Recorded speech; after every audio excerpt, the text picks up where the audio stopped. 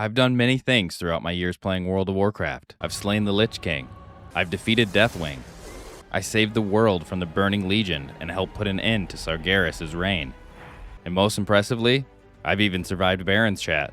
But one thing that I've never done is play and experience World of Warcraft as it was in the beginning until now. With the 20th anniversary of World of Warcraft, Blizzard decided to release fresh classic servers as they were in 2006. This means we're throwing all of modern WoW's conveniences and updates out the window, and we were given a chance to explore the world as it was before. And this is where our story begins. The story of a lowly warrior trying to make a name for himself among thousands of other brave adventurers. And it all begins with us opening our eyes to a gigantic world with endless possibilities and harrowing adventures. Welcome to my journey through classic World of Warcraft. We arrived in Azeroth in the Valley of Trials like many adventurers before me. Upon speaking to the locals, we were sent on a few different quests to get our feet wet in this vast world. Our first quest was to simply go and kill a few boars surrounding the encampment. This one proved to be pretty easy enough, a soft entrance into the world of questing, if you will. After we returned and handed in the quest, we were then tasked with killing scorpions and retrieving cactus apples. The latter quest being deceptively challenging with the abundance of players on the same mission. I decided to indulge myself in some mob grinding while I waited for these little buggers to respawn. Now the scorpions, although more challenging than the boars, still proved to be relatively easy to kill. Upon arriving and turning in those two quests, and getting some decent little armor upgrades along the way, we were then tasked with retrieving the medallion of a warlock who has nestled himself in a cave surrounding himself with demonic creatures. Finally, a quest that felt worthy of my abilities. After hacking and slashing our way to the back end of the mountain range, we found the warlock, Yerok Baneshadow, hiding like a coward in a cave, surely scheming up a cowardly plan to attack the village in the middle of the night. The battle between us was short and relatively anticlimactic. With a few blows, the warlock fell, and I had received my medallion and headed my way back to town. Our journey through the Valley of Trials was extremely nostalgic and honestly was amazing to experience it in its first form. We turned in the warlock's medallion, and we were given a quest to head northeast to Sinjin Village. As we departed from our training grounds, making sure to leave a few cactus apples behind for the next generation of adventurers, we meandered down the rock path until we could see the outline of a small village, one whose architecture was very different from the orcish ones we had just grown accustomed to. It was in this village where we would embark on quests that would show us just how dangerous this world can be. Hit him! Pussy! Hit him! Hit him! Shoot something at him! Do something! Help me! So after gathering all the quests in the village, we were sent to dispatch a few hostile trolls that had turned the neighboring islands into ritualistic encampments. It was made very apparent as soon as I stepped foot on these islands that from this point on, we're gonna have to get serious, because we were severely underleveled, and people were not lying when they said to me that leveling as a warrior can sometimes feel like being kicked in the nuts repeatedly.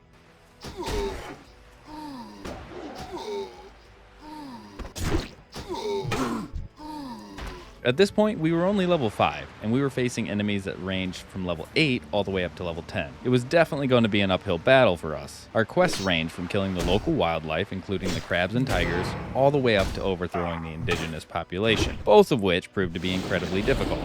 But eventually, I was lucky enough to stumble upon another warrior named Androgen, who just so happened to be on the same quest as myself, but a bit higher level. With our combined might, we were able to turn these quests that almost felt insurmountable by myself into a still challenging but achievable mission. Slowly and surely, we started decimating the trolls, and we even defeated the legendary Zalazane, the troll witch doctor who laid claim to these islands. After finishing all the quests on the islands, Androgen and I said our goodbyes, as he went on to the next questing zone and I stayed behind to finish my last remaining quest. After collecting the final crab's eye, it was time to dump in all the quests at once, which has to be one of the best feelings in this game, honestly. I just love seeing all those XP drops at once. But you want to know another great feeling? And that's getting a new weapon, which is exactly what we did when we purchased this brand new spankin' Gladius. With it, we were able to double our damage per second to a massive 3.8. Nice. And with everything that we've learned and everything that we've gathered, it was time for us to move on to the next questing zone, Razer Hill. Once arriving in Razer Hill, I made sure to first collect every one of the multiple available quests. And it was also time to make sure to grab all the new abilities my warrior had earned. This is where I also decided what professions we were going to be leveling up. After a bit of thought, I decided to choose mining and blacksmithing because I felt that these were going to be at least somewhat decent money makers and could prove to be a big addition down the line when it came to crafting my own armor and weapons. Plus, I always found running around and collecting ores to be incredibly relaxing for some odd reason. Although, I bet running around on foot is going to be a lot less enjoyable than flying around on my dragon. After equipping my new abilities and buying my new pickaxe, I set out on the first quest that we had gathered in town. This quest sent me to invade the human base to the east along the coast, and start decimating their numbers on the way to try and find their leader. After slaying countless peons on my way to their leader, I finally found him hiding atop the castle. And this was the scene for our legendary battle. Well, not really. He kind of died a lot faster than I was expecting. But with their leader slain, and his personal lockbox key gathered, I made my way over to the castle lookout and unlocked the chest, and within it, it contained pertinent battle information. Once turning it in and salvaging from the nearby wreckage of ships, I was told to travel to the capital city of Orgrimmar to hand in the battle notes to our war chief's personal head advisor, Nazgril. Before I embarked on the quest to the capital city, I had to go and make short work of some quillboars that were becoming a nuisance to the west of town. These guys were somewhat challenging in the fact that they were nestled tightly together, so as soon as I attacked one, I was being swarmed with some oinkers.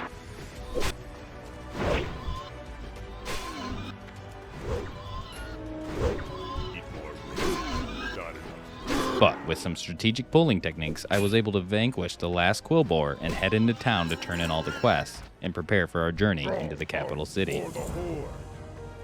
Walking underneath Thunder Pass was such a rite of passage. It felt like such a defining moment for my character as I strolled up to the massive gates of Orgrimmar for the first time. I'll never forget the emotions of seeing a city as massive as this, with hundreds of other players running around filling its streets with such life. Seeing the Horde capital city as it once was before the Cataclysm was such an enjoyable experience. I took the opportunity while there to gather any supplies and check the auction house. After strolling through town and sightseeing, I headed back to the Valley of Wisdom in order to hand in the letter to Nazgril. Upon arriving, I was surprised to learn that once I turned in the letter, no further quests were available, which was most likely my fault for not finishing up a quest I was given in Razer Hill earlier. This quest had me backtrack inside of Thunder Pass to eliminate a goblin warlock who was an upper-ranked member of the Burning Blade clan, the guys who had been causing all this ruckus all the way back in the Valley of Trials. After fighting our way through thunder lizards and harpies, we finally arrived at the goblins' camp. And let's just say, it did not go well for me, guys.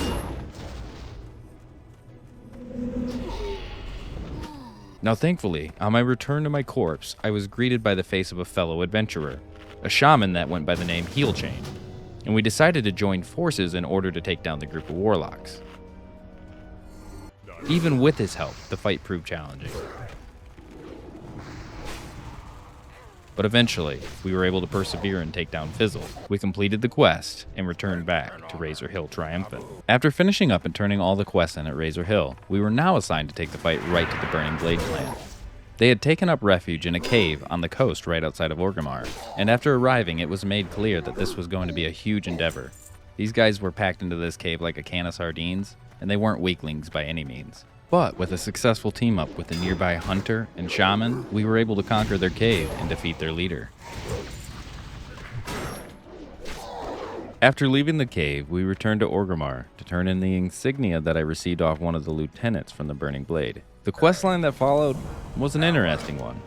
It involved us traveling back and forth between the war chief Thrall and Neru Fireblade, pretending to be on both sides of the coin, as we investigated Fireblade and eventually uncovered his dark plans to overthrow the war chief and basically create some really bad juju. I don't know if anyone reads dialogue in this game like I do, but sometimes the questlines are actually rather interesting. However, to see through to the end of this questline, we were going to need to enter Ragefire Chasm, a dungeon that was below the depths of Orgrimmar. This would be our first dungeon, however it was far too out of our current level range to try and attempt right now.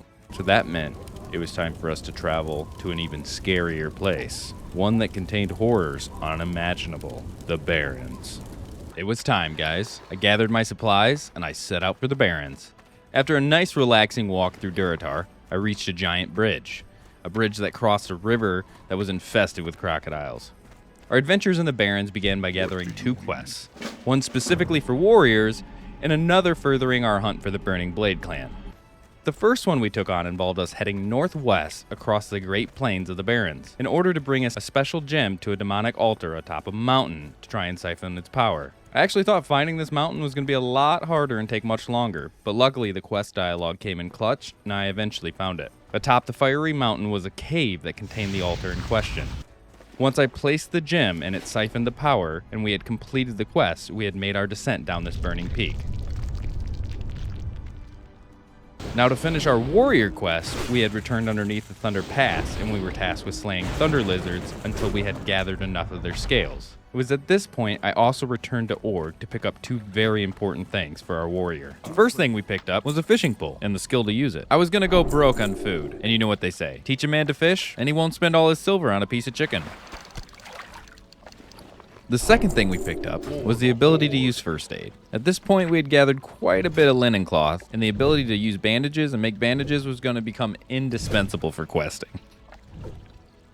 After returning, we handed in the scales, and we were then sent off on yet another mission to find and climb another mountain. Now, apparently atop this mountain resided a blacksmith who could apparently forge us a weapon fitting of a warrior of our stature. This journey, however, across the Barrens proved much more treacherous than the last. After barely surviving the vicious wildlife, we finally climbed the mountain and found the blacksmith. He then requested some help retrieving some stolen goods from some meddlesome quillboars. And I had no problem obliging because quillboars have to be some of the most annoying creatures I've come across yet. Plus, the reward for this quest was going to be the single greatest piece of gear upgrade we've received yet. A nice green one-handed axe, so that will surely come in handy trying to take down RFC. After receiving our axe, we then traveled to the Crossroads, which is a massive hub in the center of the Barrens, and one that holds extreme nostalgia for anyone who's ever leveled a Troll, Orc, or Tauren.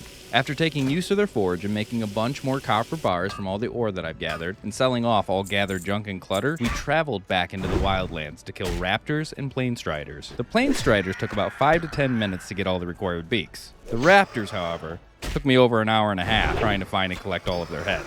The next set of quests were a bit more challenging, but it was at this point I decided to download the add-ons Questy and Bagnon to make our journey in World of Warcraft just a bit easier when it came to questing. And what an absolute world of difference it made. With the addition of these two add-ons, we were handing in quests left and right now.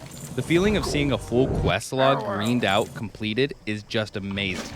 Plus, it's showing you so many hidden quests that I honestly never would have found. Just makes it so much easier and less likely you'll be under-leveled when coming into the new zones. We traveled all over the Barrens doing any quest that came our way, from cutting off prowler claws, to slaying harpies, to retrieving stolen goods back from the natives. I'm going to be 100% honest with you boys.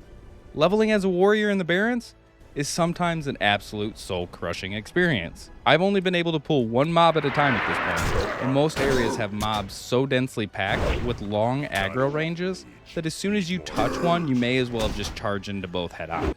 Thankfully, there was a skill that has saved my life countless times: hamstring. It has become my best friend for this experience, so that I could slow them down and run away, which I had to do probably a good 10,000 times.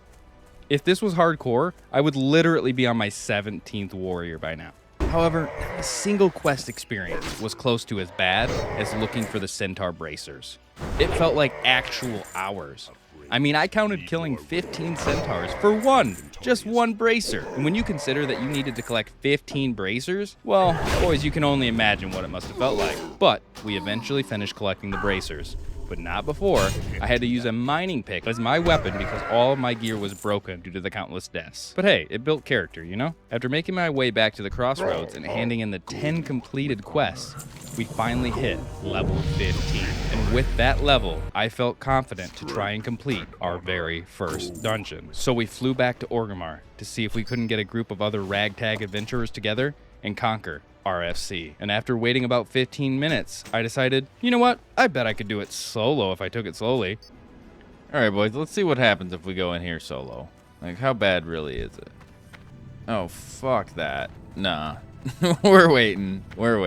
After about another 20 minutes of waiting, I had finally been invited into a group. Now, this was going to be my first experience tanking, and honestly, boys, I was nervous, but I was actually really excited. Now, the dungeon went rather smoothly. We definitely had our share of hiccups, with DPS not wanting to wait enough for me to gather enough aggro, but all in all, I was pleased with how everything went. Not a single person died. And on top of that, we didn't piss off our healer, so that's a major win. We also managed to stop and hit all the quest bosses and get all the inventory items needed for the rest of the quests, including an extra one a teammate shared to me that gave me an upgraded pair of legs. The best part was probably getting 3 upgrades in the form of a new set of bracers, a new cape, and new leg guards. I had an absolute blast doing this dungeon, and it felt like survivability was never really guaranteed like it is in retail. One wrong move could spell the reset for all of us and a bunch of time wasted. Now, with RFC completed, it was time to hand in the quests and get our final rewards of the entire quest line, and I had no idea how strong they were going to be. After playing both sides of the coin again with Nehru and Thrall, we were finally rewarded with the Axe of Orgrimmar. An absolute Chad smasher of a weapon, and it was going to increase our leveling speed tenfold over just sticking with a sword and board playstyle. After collecting my new axe, I made my way over to the undead capital city, and I collected my leg reward quest as well. And with its completion, we were now level 16. It was time to return back to the Barrens and continue our path of questing. And with it, this was the final chapter of our first episode, and it's come to a very triumphant end.